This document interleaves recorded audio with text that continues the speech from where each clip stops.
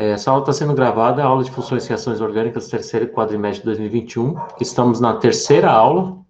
A gente vai falar de orbitais atômicos, moleculares e hibridização. Comentei rapidamente que hibridização é o tópico principal. E para entender a hibridização, a gente precisa voltar um pouco na teoria de estrutura da matéria, lembrar o que são os orbitais moleculares. E para entender os orbitais moleculares, a gente precisa compreender um pouco de orbitais atômicos e estrutura da matéria. Eu falei rapidamente que as ligações podem ser representadas considerando os elétrons com partícula. Com partícula, a gente representa com bolinhas. E uma representação dessas ligações a gente descreve através das estruturas de Lewis ou as estruturas de Kekulé, né? E hoje a gente vai cair aqui. A gente vai no outro lado, no ponto de vista ondulatório, da onde saem as ligações sigma e as ligações π. Falamos também sobre as estruturas de ressonância, né? A partir das estruturas de Lewis, seguindo aqueles 6 passos, a gente pode criar as estruturas de Lewis, e essas estruturas de Lewis, algumas podem gerar estruturas com tribos de ressonância, que são estruturas válidas, mas que não representam a estrutura de uma molécula, de uma substância real, né? As estruturas com tribos de ressonância são representadas por essa seta, dupla seta não, essa seta que aponta para os dois lados, e a combinação dessas duas estruturas de ressonância a gente chama de híbrido de ressonância. Tá? A gente vai usar muito ressonância, pessoal, não esqueçam desse conceito, a gente vai ver ele mais vezes no decorrer da disciplina, principalmente para representar estruturas que apresentam cargas negativas ou positivas, ou até mesmo radicalares deslocalizadas, tá? E o termo deslocalização eu vou começar a falar um pouco mais a partir do momento que eu abordar conceitos de ácido, base, reações envolvendo os aromáticos também. Mas a gente tem, o objetivo da aula é considerar o elétron como onda. Para descrever o elétron como uma onda, a gente estava falando da descrição do elétron como onda, né? A gente descreve através de equações, e aí é uma forma de... A gente entra na área de mecânica quântica, né, de física quântica, e essas equações possuem soluções, né? E o conjunto de soluções a gente chama de funções de onda ou orbitais, né? Eu estou lendo aqui porque isso aqui é uma coisa que eu realmente não gosto de abordar, mas é necessário. Essas equações podem ser representadas graficamente.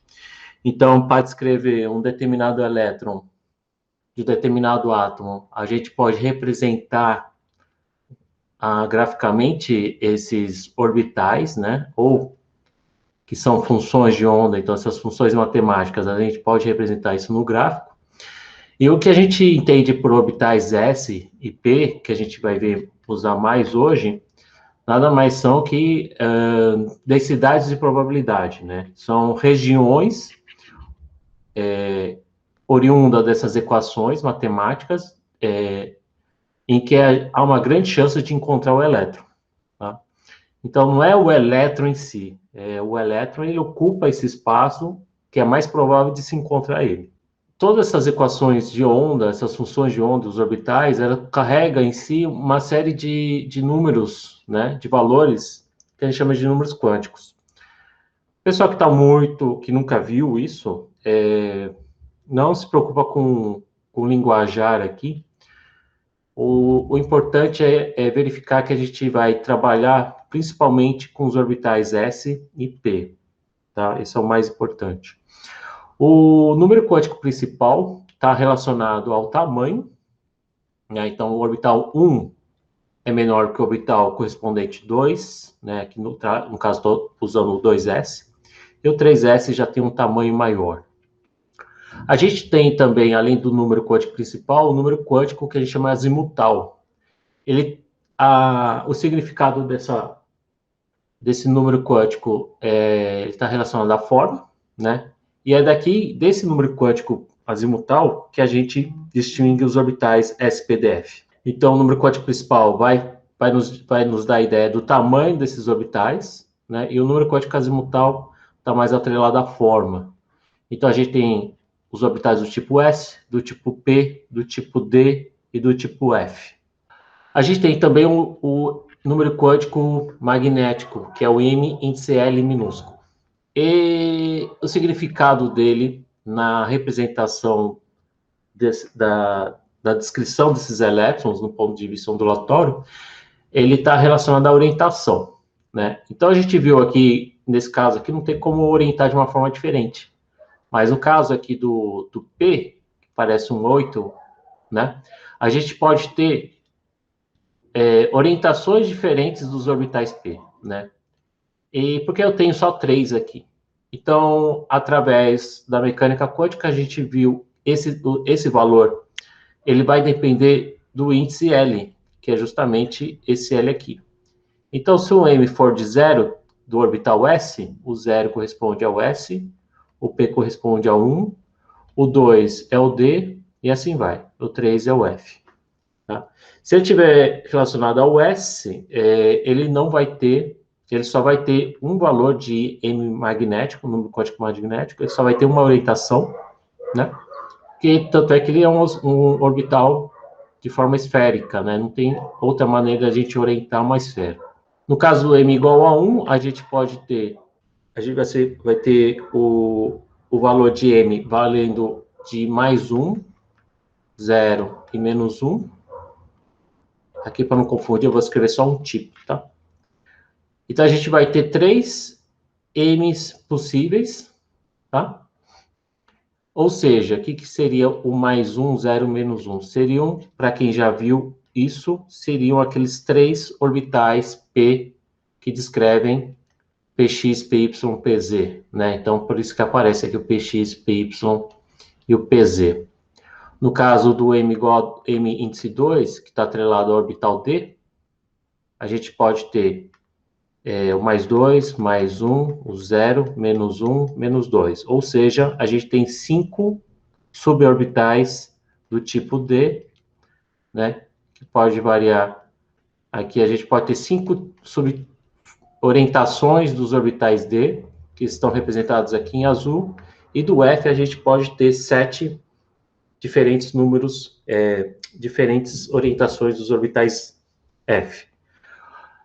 Não se preocupem com esses formatos aqui, principalmente do D e o L. A gente vai abordar mais os orbitais SP. Então, se preocupem mais com esse daqui. Esse aqui, realmente, a gente vai usar bastante a partir de agora. Tá? Por que eu não vou usar muito D e o F? Porque eles estão atrelados aos metais, orbitais presentes em números atômicos bastante elevados. Existe um quarto número quântico, que é o número quântico de spin, o M índice S. Ele está atrelado à orientação de spin do elétron. Tá? O spin seria uma propriedade física e ele está atrelado à orientação, não à orientação do elétron, né? Mas que a orientação aqui está mais atrelada ao orbital, né? Mas ele tem como se fosse uma bússola, vamos abstrair um pouquinho. Então, uma bússola, ela pode estar apontada para o norte ou para o sul, por exemplo, né? Então, na mesma orientação, dentro do mesmo orbital, a gente pode ter 2 tipos de elétrons em cada tipo de orbital. Então, essas caixinhas que eu vou representar em algumas vezes, tá? O que seria essa caixinha? A caixinha está distinguindo um determinado orbital. No caso aqui pode ser o S, pode ser o Px, o Py, o Pz, né? Todos aqui seriam umas caixinhas. E cada caixinha pode acomodar 2 elétrons, tá? De spin opostos. Então, o S pode acomodar 2 elétrons, o Px eu posso acomodar 2 elétrons, o Pz posso acomodar 2 elétrons, e o Py pode acomodar 2 elétrons, tá? Aqui também eu posso acomodar 2, 2, 2, 2, 2. Então, eu posso ter um total 10 elétrons dos orbitais D, eu posso ter total de 6 elétrons dos orbitais P. Aqui nos orbitais S só consigo acomodar 2 elétrons, e no F eu consigo acomodar 14 elétrons. Porque eu posso acomodar só através de alguns princípios, a gente tem que obedecer esses princípios para que a gente consiga descrever os elétrons de uma maneira mais correta. Então, a gente tem o princípio de exclusão de Pauli, que está muito atrelado à ao fato de cada orbital acomodar no máximo 2 elétrons, tá? Então, seriam essas caixinhas, e cada caixinha a gente consegue acomodar apenas 2 elétrons, e esses 2 elétrons do mesmo orbital devem ter spin opostos. Mas eu acho que os principais, assim, os 3 princípios, essas regras, esses princípios, são utilizados para a gente descrever, para a gente fazer a distribuição eletrônica dos elementos, né? A gente tem esse princípio de Aufbau, que acredito que alguns já tenham visto em livros texto, tenham visto no ensino médio, né? Que seria essa distribuição aqui, né? Essas flechinhas aqui e esses orbitais, essas setinhas aqui nada mais são que uma sequência de energia, né? Uma ordem de energia a ser seguida. Então, o orbital 1s seria de menor energia, preenchi os 2 elétrons dos orbitais s, agora eu passo para o próximo orbital, distribuir os 2 próximos elétrons dos orbitais 2s, seguindo a seta que eu subo, agora eu vou para o P, no P eu consigo acomodar até 6 elétrons, se passou do P, agora eu acomodo o próximo, que é o 3s, e aí eu faço a volta de novo, 3P, acomodo 6, o 4S, e aí ele vai para o 3D, não vai para o 4P, tá, pessoal? Isso está atrelado às energias, essa sequência obedece está relacionado a energias, a ordem de energias. Então, o orbital 3D, por exemplo, tem uma energia mais alta que o 4S. Então, ao invés de 3P e depois 3D, a gente primeiro vai para o 4S e depois 3D. Outra regra bastante importante é na hora da gente distribuir esses elétrons nos orbitais. Então, se você estiver distribuindo aqui 3 elétrons nos orbitais D, você não coloca desse jeito aqui. A gente coloca um sempre semi-preenchido em cada orbital vazio, antes de você começar a preencher o segundo elétron nesse orbital. Então, a gente precisa primeiro colocar os elétrons nos orbitais vazios, preencher todos os vazios antes de começar a emparelhar os elétrons. Tá? Então, essa distribuição aqui está errada, por exemplo. A gente tem que colocar 3 elétrons aqui. Isso tem um pouco a ver com hibridização, tá? A gente vai ver que tem uma pequena relação disso aqui com hibridização. Eu sei que está muita viagem, muito blá, blá, blá. A tabela periódica, ela tenta mostrar um pouco disso tudo aí, de distribuição de orbitais atômicos. A gente vê muitas tabelas periódicas que contêm esses orbitais, né, na distribuição eletrônica, tá? Umas tabelas colocam um pouco, coloca aqui pequenininha a distribuição eletrônica, tá? E a distribuição eletrônica, ela está disposta, a tabela periódica está disposta de uma maneira que a gente consegue compreender os orbitais atômicos, tá? Por exemplo, aqui, no primeiro período, a gente só tem o hidrogênio e o hélio, tá? O hélio era para estar aqui, mas nessa figura eu colocou aqui só para facilitar. Por que só temos 2 elementos no primeiro período? Porque no primeiro período é o número quântico 1, certo? No 1, nesse número quântico aqui, a gente só tem o orbital S. Então, no orbital S, a gente só consegue colocar 2 elétrons, tá? Então, a gente vai ter o elemento com distribuição eletrônica 1s1 e o elemento com distribuição eletrônica 1s2. Então, por isso que no primeiro período da tabela periódica, a gente só tem 2 elementos. Já no segundo período da tabela periódica, usando esse diagrama aqui, a gente tem 2s2 e 2p. Então, a gente pode ter o elemento com 2s1, a gente pode ter o outro elemento com 2s2, a gente pode ter o elemento com 2s2, 2p1, 2s2, 2p2, 2s2, 2p3, 2s2, 2p4, 2s2, 2p5 e o 2s2, 2p6, né? Então, a gente, óbvio que antes disso tem um s2, né? A gente tem um s2 aqui em todos. Tá? Então, a gente tem os elementos que tem aqui, por exemplo, é o lítio, né? O lítio tem 3 elétrons. Então, a gente tem na distribuição do lítio um S2 e o terceiro elétron vai começar, eu preencher esses 2, e o próximo elétron vai entrar aqui no 2S1. Tá? Então, aqui é o lítio. E aí, depois você continua. Aí, a gente vai ter aqui, se não me engano, acho que é o magnésio, né? que é o 2s2, tá? E por isso, como o 2 não tem orbitais, no segundo período a gente não tem orbitais D, certo? Então tem um buraco aqui, ó. Olha o buraco aqui. Então ele vai direto agora para o 3, para a família 3A, que é onde tem o P1, P2, P4, P3, P4, P5, P6, tá? Aqui é o flúor, aqui é o oxigênio, aqui é o nitrogênio, aqui é o carbono e aqui é o boro. Então, a tabela periódica está organizada de uma forma que ajuda a compreender um pouquinho mais essa distribuição eletrônica e esses orbitais atômicos. Então, na família 3, agora começa a ter o 3D. Então, por que o 3D está na fileira de baixo, então, professor? Não teria que estar aqui? Então, depois do 3P, eu tenho 4S. E aí, do 4S que eu vou para o 3D, né? Então, depois do 3P, que vai até aqui, eu tenho 4S. Depois do 4S, eu vou para o 3D. E aí eu tenho os 10 elétrons dos orbitais D. E aí eu continuo, tá? Aqui, essa tabela aqui, ele encolheu aqui a série dos lantanídeos e dos actinídeos, tá? Aqui é 5F. São os elementos que têm os orbitais F aqui, tá? Na distribuição eletrônica. Então, seria aquele grupo que sai. A gente tem um grupo aqui dos lantanídeos e actinídeos, que alguns livros colocam só uma letra, né? É como se a gente tivesse duas fileiras de elementos saindo da tabela, que são os elementos que estão nos orbitais F. Ok, esse é o apanhar, o resumão de orbitais atômicos, tem muita coisa ainda por trás disso, mas acho que para essa aula acho que está ok, tá? Dúvidas? Então agora a gente vai começar a ver como que esses orbitais eles se combinam. No caso na estrutura de Lewis, era só pegar, por exemplo, na ligação hidrogênio-hidrogênio, era só representar isso, a ligação, né? Juntar os dois elétrons para si, jogar os dois um do lado do outro e eu tenho uma ligação covalente. Agora, como que a gente representa isso usando a teoria ondulatória, né, do elétron?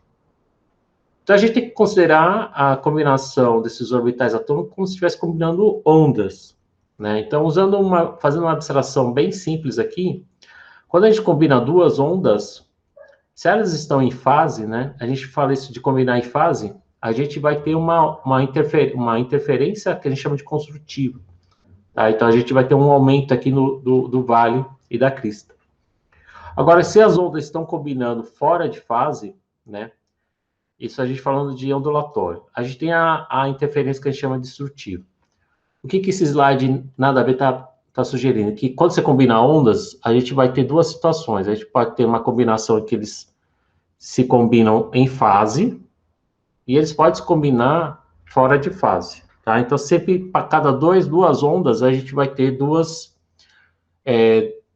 possibilidades, duas maneiras de combinar uma onda. Isso serve também para os orbitais. Tá? Então, quando a gente junta dois orbitais, eu tenho dois orbitais aqui S, certo? São os orbitais S esféricos, ok? Esses dois orbitais S, eles podem, atômicos, eles podem se combinar de duas maneiras diferentes. Fazendo a mesma analogia que a gente viu no slide anterior, esses orbitais podem se combinar fora de fase ou em fase. Se combinar em fase, a gente vai levar um orbital molecular ligante, ou se combinar fora de fase, a gente vai ter o orbital que a gente chama de antiligante. E essas duas possibilidades aqui, essas duas novas figuras que apareceram aqui são orbitais moleculares. Então, já está mostrando, tá? Já são os orbitais moleculares propriamente dito. Tá? Então, vai existir de duas maneiras quando você combina os orbitais atômicos. As energias desses orbitais moleculares estão representadas aqui nesse diagrama. Esse diagrama costuma assustar muita gente, costuma causar muita estranheza, né? Esse diagrama, pessoal, é justamente a representação da ligação covalente, tá? De dois átomos aqui. Eu tenho em vermelho aqui um átomo de hidrogênio chamado A. O hidrogênio é o mais simples, né? Ele só tem um elétron na camada de valência. do período 1. Então, ele só tem um elétron aqui. Olha o elétron dele aqui, representado por essa seta. A gente vai ligar esse átomo, aqui é um átomo. Ele vai se ligar com outro átomo, que eu estou chamando de B, tá? Então, seria um desses, seria esse, o outro seria o outro. Um vai carregar um elétron, outro vai carregar o elétron e vão fazer a ligação. O outro está aqui. E aí vai fazer a ligação, como está representado aqui na estrutura de Lewis. Quando eles combinam em forma de orbitais, a gente vai ter a orbital molecular ligante e o antiligante. Então, a gente traça uma linha mais abaixo dos dois e uma linha mais acima dos dois. A gente coloca um elétron de um átomo para cá e a gente pega o outro elétron do outro átomo para cá. Respeitando o princípio de exclusão de Pauli, a gente só pode acomodar 2 elétrons por orbital molecular. Tá? Cada orbital só pode acomodar 2 elétrons também. Nesse caso aqui, eu usei esse elétron e esse elétron. Gastei os 2 elétrons dos átomos para fazer o orbital molecular. Não sobrou nada aqui. Tá? Então, a gente começa a preencher sempre do menos energético, né? Porque aqui é uma escala de energia. A gente preenche sempre do menos energético para o mais energético. Como eu só tenho um elétron de cada lado, coloco os 2 aqui, acabou de desenhar o diagrama aqui, a combinação dos 2 átomos, tá? O que eu tenho nesse caso aqui? O orbital molecular antiligante está vazio e o orbital ligante está preenchido. Se você cair numa situação como essa, significa que essa ligação existe, tá? Ou seja, a molécula de H2, a formação da ligação covalente vai ocorrer porque eu tenho elétrons. O orbital molecular ligante está preenchido e o antiligante não. Vamos fazer um outro exemplo aqui. Por que eu desenhei aqui os orbitais moleculares, um de menor energia que o orbital atômico e outro de maior energia que o orbital atômico? Eu não sei se alguns de vocês viram em TQ, quando a gente tem 2 átomos distantes, vamos supor que a energia desses 2 átomos está mais ou menos aqui, tá? Tem uma escala de energia. E à medida que a gente vai aproximando esses 2 átomos, há uma liberação de energia, certo? Só que quando a distância está muito pequena, começa a prevalecer a repulsão, né? E aí a gente começa a ter um aumento da energia, tá? A ligação ocorre justamente nesse ponto mais baixo aqui, onde ocorreu a maior liberação de energia. Então, nesse ponto aqui, corresponde justamente este ponto aqui.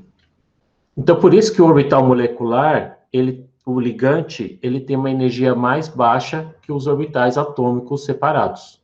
Qual que é o significado de orbital molecular antiligante, que é o que causa muita estranheza, né? Eu vou falar bem rapidamente. Uma da maneira de a gente entender aqui que é esse orbital antiligante, ele está atrelado à energia da ligação. Ou seja, toda ligação, quando você fornece energia para a ligação, você quebra.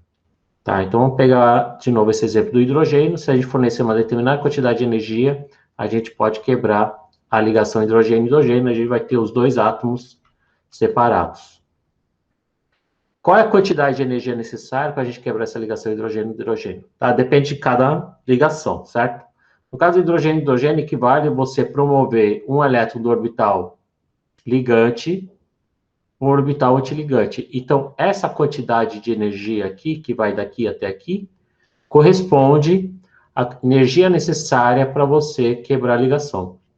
Então, esse é mais ou menos o significado do orbital antiligante. Ele dá mais ou menos uma ordem de quanto que você precisa fornecer de energia, e uma vez que você fornece energia, o elétron é promovido para um orbital de maior energia. Quando você promove o elétron para um orbital de maior energia, um orbital antiligante, você causa a quebra da ligação. Isso também ajuda a gente a entender quando que eu vou ter uma ligação, quando que eu não vou ter uma ligação. Por exemplo, no caso aqui, eu tenho agora 2 átomos de hélio e eu vou tentar verificar se ocorre uma ligação entre hélio e hélio. O hélio já tem 2 elétrons, mas vamos lá. Temos a distribuição eletrônica do hélio, o hélio é 1s2, então eu tenho o orbital 1s aqui e os 2 elétrons ocupando o orbital. eu tenho outro átomo de hélio com os 2 elétrons ocupando o orbital 1s. Eu vou montar o diagrama, lembrando que dois orbitais se combinam, atômicos se combinam para formar o orbital ligante e o antiligante. Então, a gente faz essa mandinga aqui, segue, cria o orbital molecular ligante e o antiligante. E o que eu faço agora, professor? Agora eu distribuo os elétrons. Então, vai vir um elétron de um com um elétron do outro, coloco aqui embaixo, e depois eu pego outro elétron, esse, e coloco em cima. Eu preciso distribuir todos os elétrons dos orbitais, tá? O que aconteceu aqui agora? Eu tenho o orbital ligante preenchido, só que o antiligante também está preenchido. Nessa situação, isso aqui se cancela, né? Isso cancela com isso, significa que não há possibilidade de ocorrer uma ligação entre 2 átomos de hélio. Tá? Então, para a gente memorizar, quando você tem preenchido os orbitais ligantes e os antiligantes, significa que não há possibilidade de se ligar esse orbital atômico com esse outro orbital atômico. Tudo bem?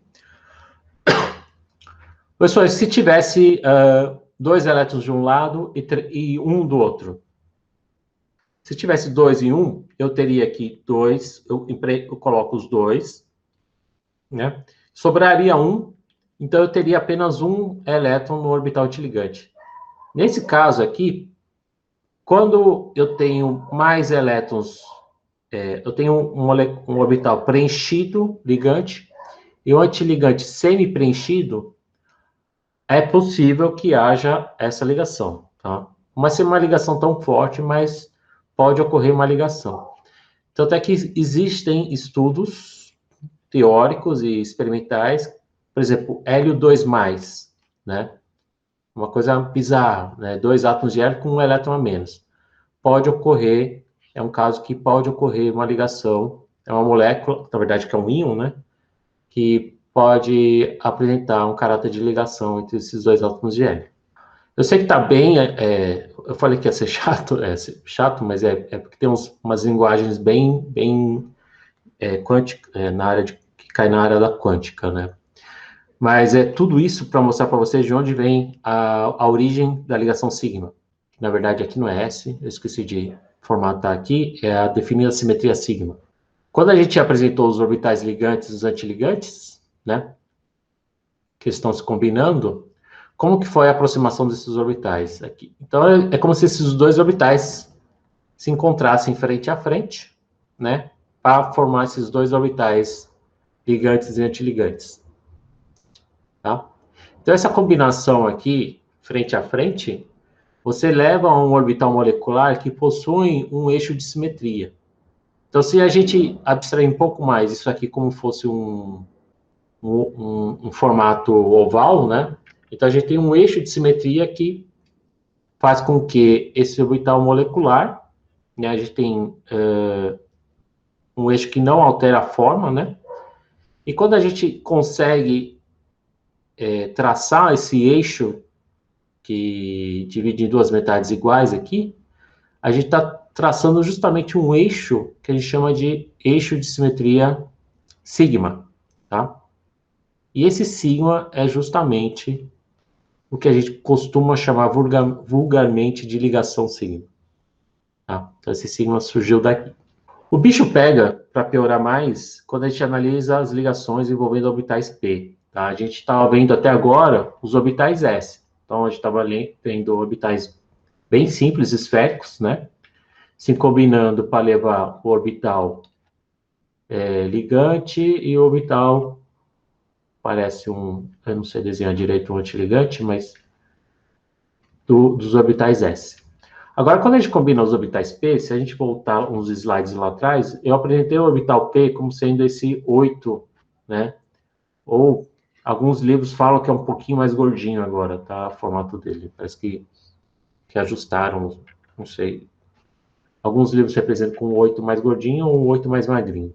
E lembra que eu posso ter 3 orientações, eu posso ter o PX, PY, PZ, né? Eu posso ter 3 orientações diferentes desses orbitais P. E é justamente o que a gente está vendo aqui, tá? Eu vou circular em vermelho um tipo de orbital P, que é esse aqui. Eu vou circular em preto, peraí, eu vou continuar aqui, tá? E eu vou circular em outras cores os outros dois orbitais aqui. Eu tenho, vamos supor que esse aqui é o PY, o vermelho é o PX, e o terceiro aqui, orbital P, é o PZ, vai, tá aqui atrás.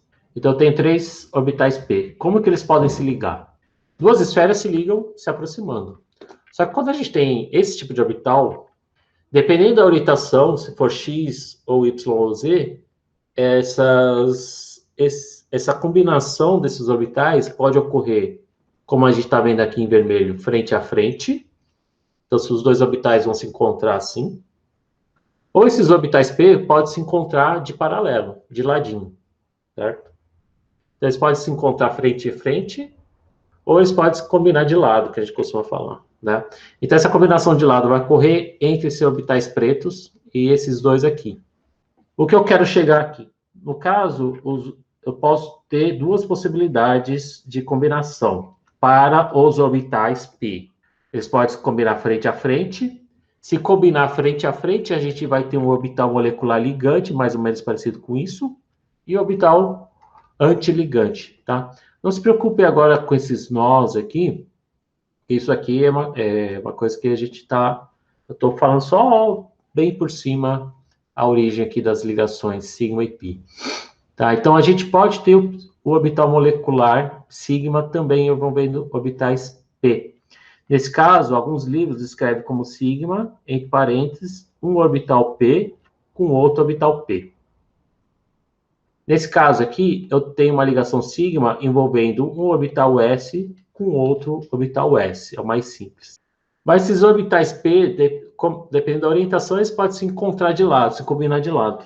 E aí surge a simetria π, tá? A ligação π.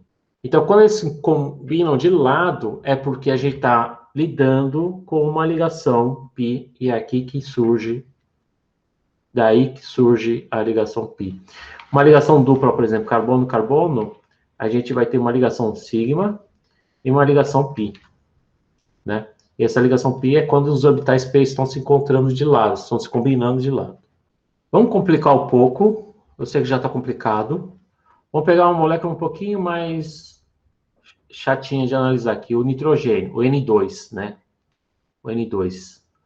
O nitrogênio, ele está na família 5A, né? Ou ele tem 7 elétrons na camada de valência, tá? Fazendo a distribuição eletrônica de baixo para cima, 1s2, 2s2, 2p3. Né? Essa aqui é a distribuição eletrônica do átomo de nitrogênio. Então, tá aqui, ó, 1s2, os 2 elétrons. 2s2, os outros 2 elétrons. E o 2p3, eu coloco um elétron em cada orbital p, né, a regra de Hund, acontecendo aqui. Tá? Orbital S só pode acomodar 2 elétrons, e orbital P consegue acomodar 6 elétrons. Fiz a distribuição eletrônica de um átomo, e aqui do outro lado eu tenho outro átomo de nitrogênio. Eu vou combinar 2 nitrogênios, e eu tenho a mesma distribuição eletrônica. Isso aqui é diagrama também de orbitais moleculares, só que eu estou ilustrando a ligação nitrogênio-nitrogênio. E a gente acaba memorizando na escola que a gente só usa os elétrons na camada de valência. Qual que é a camada de valência? É a camada mais externa. Aqui, no caso, camada 2, né? É o S2P3. Mas se vocês olharem aqui, a gente só está usando os elétrons orbitais P, né? Por que isso? Por que eu não faço ligação? Primeira coisa, por que a gente não faz ligação com o orbital 1s, por exemplo? Por que não usa os elétrons do 1s? Está aqui a explicação. Lembra da distribuição, da combinação dos elétrons dos orbitais atômicos para formar orbitais moleculares? Não ocorre ligação entre um S de um S do outro, porque eu vou ter elétrons ocupados nos orbitais ligantes e antiligantes. Então, não tem como ocorrer a ligação entre os elétrons dos orbitais 1s. Do 2s também ocorre a mesma coisa, algo similar, tá? Nesse caso está acontecendo, mas a gente vai ver uma situação na hibridização, isso aqui vai mudar um pouco, o aspecto disso vai mudar um pouco. Então, 2s também não corre, certo? Esses dois elétrons são os elétrons desemparelhados, que não estão fazendo ligação. Então, esses três elétrons aqui de um lado e esses três elétrons do outro são os elétrons dos orbitais p se combinando. Eu tenho o orbital, um elétron de cada aqui e um elétron de cada do outro lado. Eles vão se combinar. E aí vem a coisa punk aqui. Quando agora, como a gente vai ter a combinação de orbitais p, pessoal, então eles podem combinar de lado ou eles podem combinar de frente. Certo? É só usar aquele slide lá que a gente viu. Então, nesse caso aqui, eu tenho justamente a combinação de três orbitais p. Dois deles vão se combinar de lado e um deles vai se combinar de frente. Então, eu vou ter uma combinação de frente e duas combinações de lado. O que significa isso? Eu vou ter duas ligações π e uma ligação sigma. A sigma é essa daqui em vermelho e essas duas aqui vão ser as ligações π. Como que eu faço? Represento isso nos diagramas de orbitais moleculares.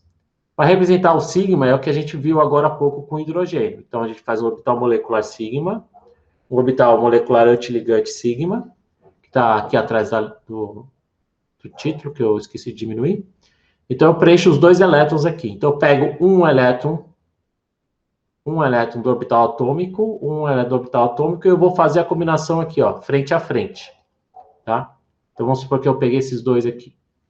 Pus aqui embaixo, não fica nada em cima. Então, eu tenho a ligação sigma formada aqui entre dois orbitais p. Certo?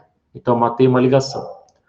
As outras duas ligações, que eu vou colocar em roxo, são aquelas ligações de lado.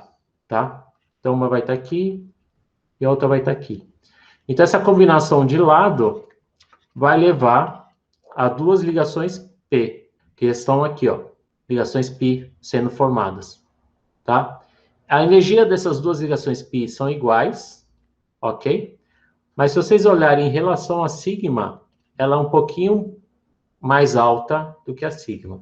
Porém, os orbitais antiligantes π são mais baixos também, tá?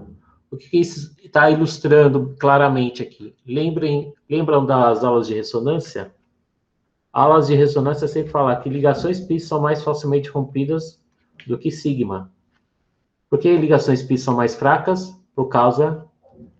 A ligação π é mais fraca, ela está sendo ilustrada aqui nesse diagrama. Esse gap aqui é justamente a energia necessária para você promover um elétron do orbital ligante para o antiligante. Ou seja, quebrar a ligação π. E esse gap é menor do que o gap para a gente promover um elétron sigma até que deve estar por aqui, né? Mas, ó, por isso que as ligações π são mais facilmente rompidas. Ok? Se bem que o nitrogênio é uma molécula super estável, mas tudo bem, tá? Se vocês estiverem acordados ainda, eu preciso comentar também sobre na hora de você construir diagramas de orbitais moleculares, né? Elas sempre estavam simétricos, né? Eram sempre diagramas simétricos, como essa daqui, tá? Eu mostrei dois exemplos agora, por quê? Porque são moléculas de mesmo átomo. Eu mostrei um exemplo com hidrogênio e agora eu mostrei com nitrogênio, certo? Então, elas têm a mesma energia. Mas eu posso ter uma ligação polar, por exemplo, uma covalente polar, que é justamente esse caso aqui. Então, pode ser que um átomo, por exemplo, um HF, vamos supor. Certo? Eu tenho um átomo mais eletronegativo e outro menos eletronegativo. Tá? Em termos de energia, o átomo mais eletronegativo vai ter uma energia mais próxima do orbital molecular. Por que isso? Porque se a gente quebrar a ligação, né? O par de elétrons vai para o átomo mais eletronegativo. Vai ficar aqui, certo? Então, ele vai ficar com... Por isso que ele tem uma energia mais próxima dos orbitais moleculares. Então, geralmente, quando está mais embaixo, ele está se referindo a um átomo mais eletronegativo. Tanto é que a gente coloca a nuvem eletrônica mais deslocada no lado do flúor, né? Para representar que a energia dele, esse par de elétrons aqui está mais próxima do átomo mais eletronegativo, tá? E aqui o orbital relacionado ao átomo A seria um átomo menos eletronegativo. Essa situação aqui que eu vou colocar em azul, alguém sabe tentar interpretar isso daqui, ó? Eu tenho um diagrama de orbitais moleculares bem diferente aqui agora. E aí eu pergunto para vocês, para eu respirar um pouco, tomar uma água. Essa situação é quando a diferença de energia desses dois orbitais atômicos é muito grande. E aí o que aconteceu? A ligação ocorreu através da transferência ao termo que eu estou usando aqui. Caiu aqui, e a energia do outro átomo é praticamente a energia aqui desse orbital molecular, mas que não é bem molecular, né? Alguém sabe o que está acontecendo aqui? Ligação iônica? Isso. A Maria Paula identificou bem aqui. A gente tem um orbital atômico que perdeu um elétron. E aqui a gente tem um outro orbital atômico que está colocando tracejado que ganhou um elétron, certo? Ocorreu uma transferência. Então, isso aqui é justamente uma ligação iônica. Então, dá para ilustrar, apesar de a gente não considerar isso como uma molécula, né? Compostos iônicos, mas dá para usar essa teoria de orbitais para representar as ligações iônicas. A gente não costuma usar isso, mas seria uma abstração, caso a gente tivesse que representar a ligação iônica. Então, o que eu falei até agora? Eu falei tudo, eu gastei 50 minutos, 52 minutos para mostrar a origem dos orbitais S, dos orbitais P e das ligações sigma e das ligações π, tá?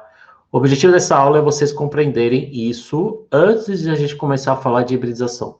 Por quê? O orbital S, ele é redondinho, ele é esférico, e o orbital P, ele tem esse formato de 8 deitado. No orbital P, a gente pode ter o PY, o PZ e o PX. Essa figura está representando, está ilustrando, né? Dois compostos aqui, o H2S e o PH3, tá? O enxofre é da mesma família do oxigênio, tá? Ele tem 6 elétrons na camada de valência, 6 elétrons na camada de valência, então acabaria em 3s2, 3p4, certo? Então, considerando os orbitais P aqui, que são 3 orientações possíveis, eu coloco 1, 2, 3, 4. Ele vai se ligar, ele vai pegar um elétron do hidrogênio para acomodar, para compartilhar esses orbitais aqui sem preenchidos e ter o octeto completo, né? Ele precisa de 2 elétrons aqui para ter o octeto completo, por isso que faz 2 ligações covalentes com o hidrogênio. E que orbitais ele usa para fazer essas ligações com o hidrogênio? Orbitais P. E aqui eu tenho o orbital P, um dos orbitais P fazendo uma ligação com o orbital S do hidrogênio, e o orbital P, o outro orbital P fazendo uma ligação com o hidrogênio, tá? Que tipo de ligação são essas? Ligações simples são sempre sigma, certo? Mas o que eu quero mostrar aqui é esse ângulo. Se você pegar esse pontilhado preto e traçar um ângulo, é um ângulo reto, certo? Porque eu estou usando 2 orbitais P diferentes, Px, Py, Py, Pz. Sempre eles são como se fossem eixos tridimensionais, né? Aqui bidimensionais, então vai estar sempre 90 graus. E experimentalmente descobriram que o ângulo realmente é em torno de 90 graus. Ou seja, provavelmente estão usando os orbitais P. Eu vou contar só metade da história aqui, tá? Para não prolongar a contextualização. Só que a água, olha o ângulo de ligação da água aqui. O que é esse ângulo de ligação? Significa que esse ângulo aqui, ao invés de ser 90 graus, o orbital P está aqui e o orbital P está aqui, né? Ele é maior. Então, provavelmente, não são orbitais P puros que estão fazendo ligações com hidrogênio no caso da água, tá? E no caso da amônia também. Deveria ser em torno de 90, mas são valores muito maiores que 90 graus. O que está acontecendo? E aí vem o que eu falo que é uma gambiarra, certo? Mas uma linguagem bem informal. É uma gambiarra para justificar esses dados experimentais aqui, que está atrelado à geometria, tá? Então, a geometria, o dado experimental fala que os ângulos são maiores que 90 graus, então não são orbitais P fazendo ligações. É um outro tipo de orbital que está fazendo a ligação. E como a gente explica isso? É a gambiarra da hibridização. E o exemplo mais clássico para explicar a hibridização é com o metano. O metano, pessoal, ele tem uma peculiaridade. Quando a gente aborda, o professor de química orgânica vai falar do metano, ele já apresenta isso daqui, né? O carbono fazendo as 4 ligações. Mas não sei se vocês já pararam para pensar que quando a gente faz a distribuição eletrônica do carbono, o carbono tem número atômico 6, né? Então, a gente tem 1s2, 2s2 e 2p2. Olha como é a distribuição eletrônica. E por que ele faz 4 ligações? É meio difícil ver as 4 ligações, cada átomo de hidrogênio entrando aqui. Eu teria que entrar com 2 elétrons de hidrogênio aqui. Então, tem alguma coisa que não está coincidindo com essa estrutura. Eu estou analisando a distribuição eletrônica, mas não consigo visualizar uma maneira de fazer essas 4 ligações aqui. E outro dado interessante, essas 4 ligações têm a mesma energia, e não dá para ver que são ligações diferentes entre si. Então, não estou conseguindo ver ligações envolvendo orbitais S ou os orbitais P. São 4 ligações iguais. E aí a hibridização responde esse dilema. Primeira coisa, essa aqui é a distribuição do carbono, distribuição atômica do carbono. A primeira coisa que a gente faz é promover um dos elétrons do orbital S para o orbital P vazio. E agora eu tenho isso daqui. Eu tenho 3 orbitais P semi-preenchidos e o orbital S semi-preenchido. E aí eu comento com vocês, não está mais bonitinho de enxergar as 4 ligações com hidrogênio agora? Então, aí sim. Agora eu consigo ver orbitais semi-preenchidos que podem acomodar mais um elétron de cada átomo de hidrogênio para fazer 4 ligações, certo? Então, essa gambiarra, não vou dizer gambiarra aqui, mas essa promoção do elétron do 2s por orbital P foi uma maneira de explicar por que o carbono faz 4 ligações, tá? Mas ainda falta uma coisa. Eu teria que ter 3 ligações envolvendo orbitais P e uma ligação envolvendo orbital S. Só que comentei agora há pouco que as 4 ligações são iguais. Eles têm energias diferentes, né? Aqui está mais em cima, aqui está mais embaixo, em escala de energia. Aqui eu tenho uma régua de energia aqui. Então, esse aqui teria uma energia mais baixa e essas 3 teriam energia mais alta, só que as 4 ligações têm a mesma energia. Como explicar isso? Hibridização. A hibridização, então, é a combinação desses 4 orbitais, tá? Para levar a 4 orbitais de mesma energia, e a gente chama isso de orbitais sp3. Ou seja, eu usei um orbital S e 3 orbitais P para construir 4 orbitais híbridos sp3.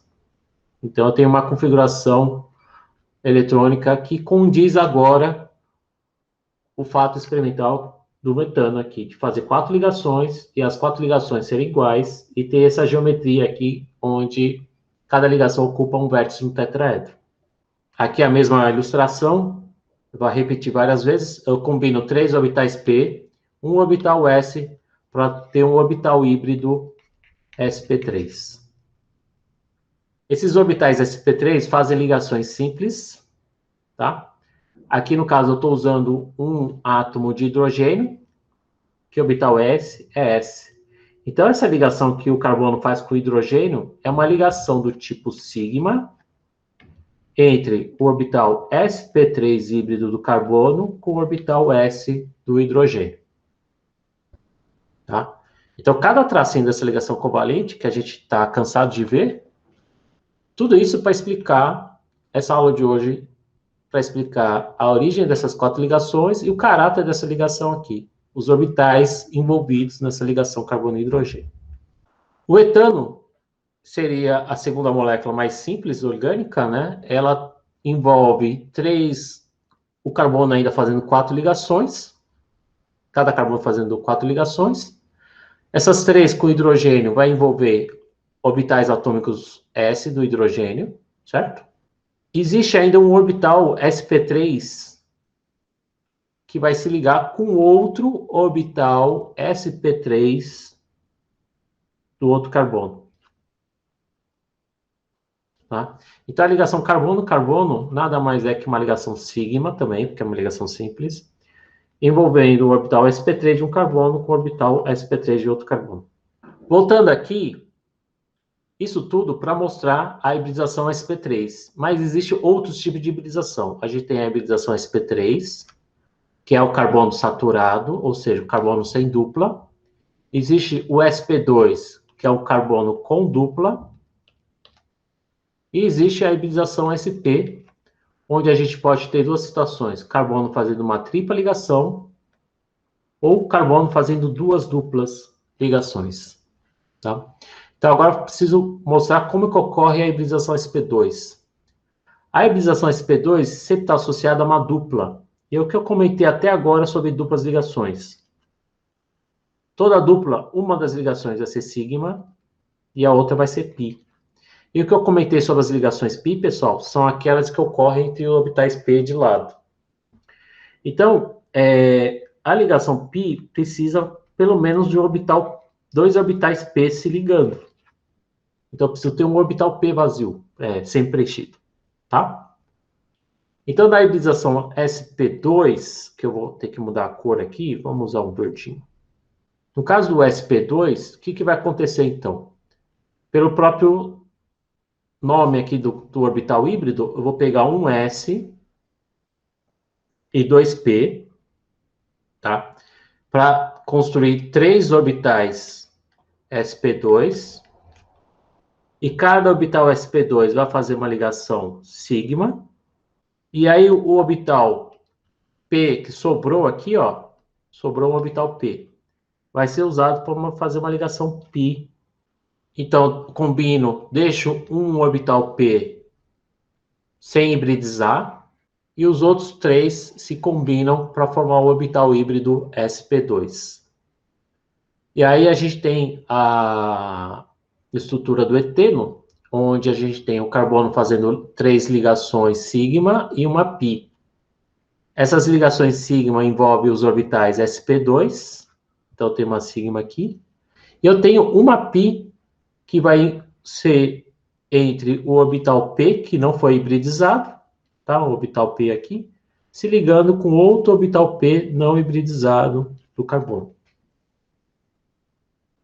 A geometria dessa molécula, ou toda vez que você tiver uma dupla carbono, ela sempre vai ocupar um plano.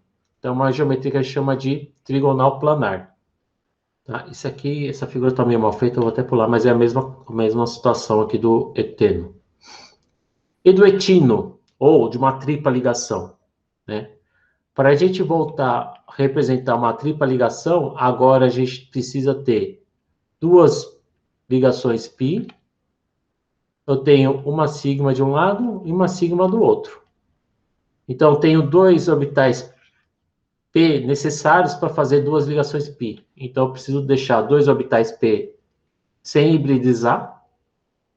E aqui eu tenho os orbitais s e p que vão se hibridizar para formar orbitais híbridos sp, que vão fazer essas ligações sigma.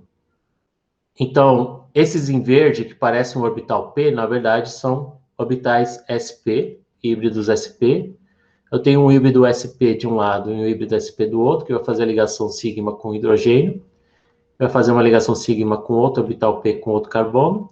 Esses dois em vermelhinhos aqui são os orbitais p que vão se ligar lado a lado para ter as duas duplas, as duas ligações p necessárias aqui. Ok? Então, a hibridização é uma forma de a gente tentar explicar as geometrias, certo? E o fato de ocorrer ligações, as 4 ligações do carbono, né, para justificar as 4 ligações do carbono, E a geometria dessas moléculas, tá? Então, toda vez que você tem um carbono sp3, você vai ter uma geometria tetraédrica, certo? Como essa daqui. Toda vez que você tiver um carbono sp2, isso aqui vai ocupar um plano, né? E toda vez que você tiver um orbital sp, é como se isso aqui fosse uma linha, né? Tanto é que a gente chama esse ângulo aqui de 180 graus, para ilustrar essa geometria linear de um orbital sp. Geometria linear, aqui é planar, e aqui é tetraédrica. Isso vai ficar, essa informação aqui vai ficar tão recorrente, vai ficar tão no automático, tá? Mas essa aula de hoje foi justamente para tentar explicar para vocês a origem disso tudo, né? Por que o metano é tetraédrico, por que o eteno é planar, por que o etino é linear, né? Por que as 4 ligações do carbono, tá? E por que as ligações são iguais. Então, tudo isso está aqui sumarizado nessa tabela. Então, ligações carbono hibridizados sp3 vão fazer 4 ligações. E vai ter um ângulo em torno de 109, que praticamente o ângulo interno de um tetraedro, né? Se você tiver hibridização sp2, a gente vai ter 3 grupos ligados ao carbono, certo? Um grupo fazendo uma dupla. E o caso mais simples aqui é o etileno, o eteno. E o sp é como se estivesse ligando apenas 2 grupos, onde um dos grupos vão ser feitos 3 ligações, aqui no caso o acetileno. Tá? Isso aqui eu vou pular, porque eu vou falar disso um pouco mais na aula de acidez e basicidade. Ok? Então, isso tudo aqui para explicar essas observações experimentais da geometria da água. O NH3 também sofre hibridização.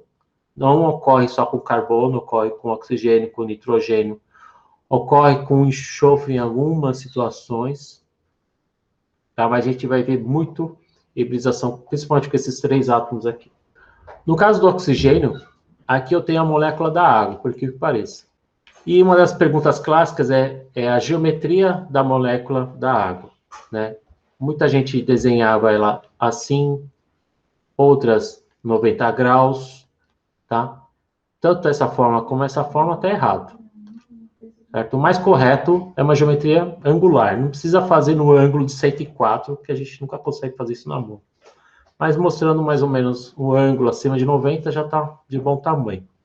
Por que esse ângulo é acima de 90, né? Então, a gente tem aqui os orbitais atômicos do hidrogênio, que estão fazendo a ligação, compartilhando o elétron com o orbital do oxigênio. E que orbital é esse do oxigênio? A distribuição eletrônica do oxigênio acaba em S2, 2p4, né? 4 mais 2, 6 elétrons na camada de valência. Ele tem apenas 2 orbitais desemparelhados, né? Com elétrons desemparelhados. Então, a hibridização ocorre combinando esses 4 orbitais. Então, teremos 4 orbitais híbridos sp3, onde 2 deles já estão preenchidos, que são justamente os pares de elétrons livres, e os outros 2 estão sem preenchidos, que vão fazer as ligações com o hidrogênio. Professor, por que eu não peguei só esses 2 e liguei com o hidrogênio, né? Poderia perguntar alguém aqui. Se a gente usasse só os orbitais P, a geometria que deveríamos esperar para a molécula de hidrogênio teria que ter um ângulo menor ou próximo de 90. Então, como esse ângulo interno não é 90, então não dá para simplesmente pegar os orbitais P e combinar com os elétrons dos hidrogênios. Tá? Então, a gente teria que ter essa hibridização ocorrendo para justificar esse ângulo interno de 104 aqui. Tá? A mesma coisa acontece com o nitrogênio, só que agora eu tenho apenas um orbital sp3 preenchido, porque era da família 5A, né? E aí eu tenho as 3 ligações aqui com o hidrogênio. A hibridização ocorre aqui, no caso do carbono-oxigênio, né? Aqui eu tenho um carbono sp2, qualquer hibridização desse oxigênio também vai ser sp2 tá? Porque agora eu tenho algo, ele está fazendo uma dupla ligação, então eu preciso de um orbital P aqui do oxigênio para também fazer a ligação π com carbono. Então os dois aqui estão com hibridização sp2, tá? Pessoal, eu vou parar por aqui, porque eu estou achando que está ficando muito pesado, porque eu tinha muita coisa para explicar ainda, principalmente em relação ao boro, tá? O boro é um caso, ele é a ovelha negra aqui da tabela. Ele faz só 3 ligações e quando a gente faz essas 3 ligações, a gente vê que tem uma coisa meio esquisita para ele, tá? Ele foge da regra do octeto. E a gente tem casos de moléculas que fogem da regra do octeto, tá? E o caso do boro, ele é um caso que a gente sempre mostra aqui. Mas isso eu acho que vai ficar para próximas aulas, tá? Quando eu chegar a falar um pouco mais do boro. Tudo bem? Professor, Oi, Giovana. eu tenho uma dúvida, não sei se você chegou a comentar, se tiver, desculpa. Eu posso afirmar que, no caso do nitrogênio, que tem aquelas 3 ligações, que o fato da ligação do meio, se eu não me engano, a sigma, ser a grosso modo, a mais difícil de ser quebrada por conta da distância dos orbitais P, porque ele justamente é o que está o P frente a frente. E aí as outras duas estão mais de lado. Não sei se deu para entender. Em termos físicos, assim, entendi seu raciocínio, entendi sua pergunta. Como o sigma é frente a frente, sugere que é uma ligação mais forte, e ligação π, como é de lado, sugere uma ligação mais fraca, é isso, né? Isso. Se eu posso afirmar que justamente é por isso. Pode ser uma das causas. Ixi, aí precisa perguntar para o pessoal da quântica. O pessoal dos. Precisa perguntar para o físico isso, tá? Eu mesmo não responderia que é por causa disso, tá? Né? Então, eu não sei. A gente precisa ver uma forma, através de cálculos, talvez, se essa correlação interagir, combinar assim, realmente é uma energia menor do que combinar assim. A gente sabe o que é, né? Mas se é por causa disso, eu não sei te explicar. Aí E precisa. e a distância, né, que acaba sendo um pouquinho mais distante. É, tem um lance do comprimento de ligações. Deixa eu colocar aqui a tabela, que eu não comentei porque isso aqui a gente vai ver de novo. Mas, assim, é que a gente não dá para. Não existe uma ligação π sozinha, né? Essa π sempre vai ter quando tiver uma dupla, ou seja, tiver uma ligação sigma junto, Uhum. né? Então, o comprimento da ligação, o tamanho da ligação, ela vai diminuindo à medida que você vai tendo mais duplas e triplas, certo? Eu tenho mais ligações. Por que que isso acontece? Não é por causa da ligação π, é por causa da hibridização. Aqui é a hibridização sp, aqui é sp2 e aqui é sp3. Como o orbital s é menor que o p, aqui eu tenho uma contribuição 50% do s, 50% do p. Aqui eu tenho 25 do S e 75 do P, considerando em quantidade de orbitais híbridos necessários para formar o híbrido.